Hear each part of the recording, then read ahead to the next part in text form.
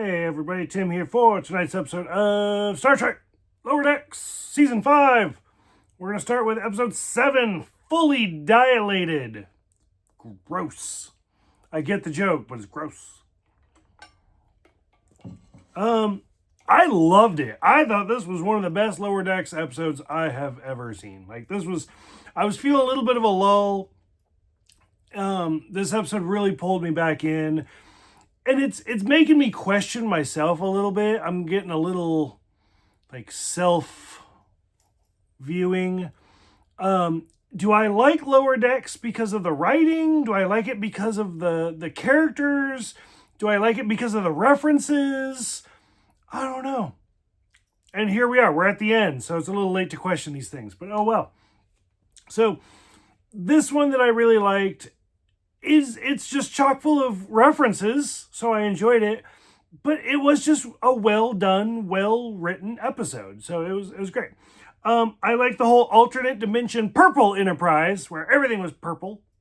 It just made me laugh. It was so dumb, it made me laugh. The Tasha Yar reference, does the hull match the drapes?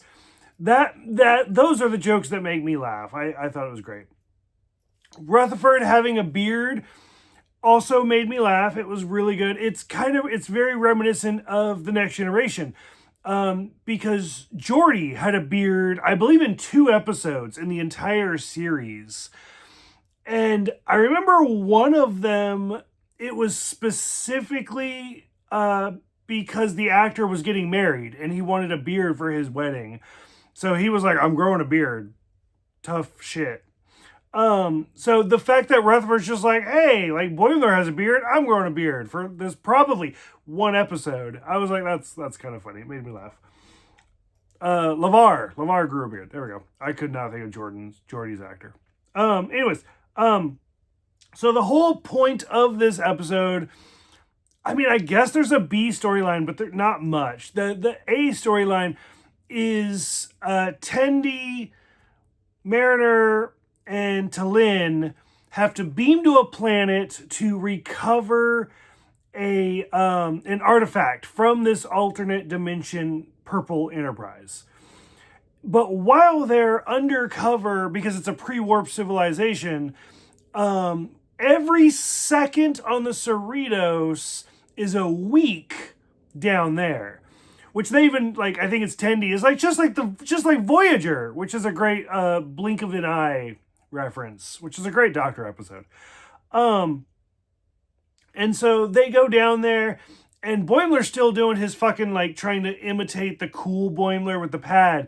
So he has these drinks, and as soon as they beam, they're not even all the way beamed out, and he spills his, fucking Bloody Mary all over the thing. And so that's the B storyline. It's just Rutherford and Boimler trying to clean this mess to beam them back because it short circuits.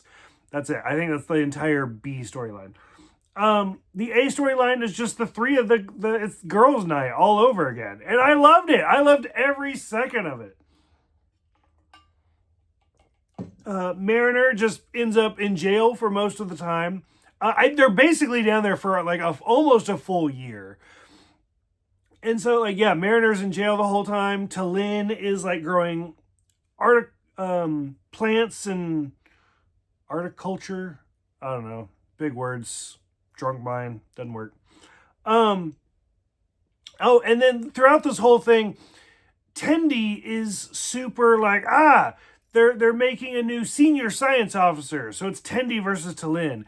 So Tendi actually recreates or rejuvenates, re-energizes, re-somethingerizes Data's head. So the Data's head is a great Times Arrow reference. And the fact that Brent Spiner it's so good. It's just hearing his voice as Data. I loved it. I loved every moment of this. Probably my favorite line is it's more padded than a Romulan shoulders. Fucking brilliant. So good. On top of that, they name Mariner is the one that's oh no, I have to have my moment. So all of the inner light references she makes, she's I need a family and a flute. She even brings up fucking Carbon Creek from Enterprise. Oh god, that was rough. Yeah, I don't know. I had so much fun with this. I really, really enjoyed it. The beauty elixir that fucking Taylin makes. And then we went from here to the next episode, episode 8, Upper Decks. It makes sense. So, Lower Decks, the title of the series, is from a Next Generation reference. It's a reference of the little people in the Next Generation that we don't pay attention to. And as this show is just about those people, this episode makes sense. It's the Upper Decks. And they're like, what do the fucking bridge crew people do? Nothing. Some of it was kind of interesting, some of it not so much. The trapped in a painting really made me laugh. To my knowledge, I don't think that's actually ever happened. We've had board games and we've had masks and all sorts of other shit. I don't think we've ever actually had a painting. We've had like how many holodeck episodes? But yeah, I like that. And basically this whole episode kind of goes through the bridge crew and like, hey, what's a normal day in the bridge crew? Oh, it's Ransom dealing with space cows that are like roly-polies or potato bugs or pill bugs or whatever, wherever you're from, whatever you call them. But they roll up. But these ones have camouflage because they hide. That joke made me laugh. I like the hide. And then Ransom's like, hey, I'm going to make them hate me so they work together. Cool. Don't care.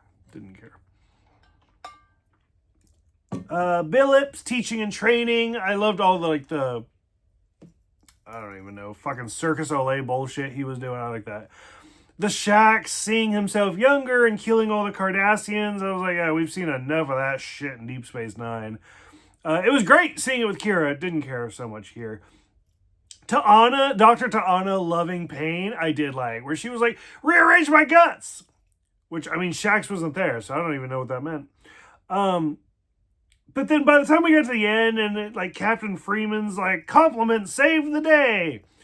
I just didn't care. I did love that Admiral Freeman showed up for their anniversary, because it does seem like every relationship we've seen in Star Trek where they're like high bridge officers, like captains and commodores and admirals and shit, like relationships never fucking last. Look at every captain in every Star Trek show. There's no happiness there. Is there? Now I gotta think about it. Kirk? No. Picard? No. Sisko was married, had a kid, but then I guess Cassidy, he kind of made it work with Cassidy until he fucking disappeared. Janeway, not really. I guess kind of Michael. Yeah, captains, you're doomed to be unhappy if you're a captain. It is what it is.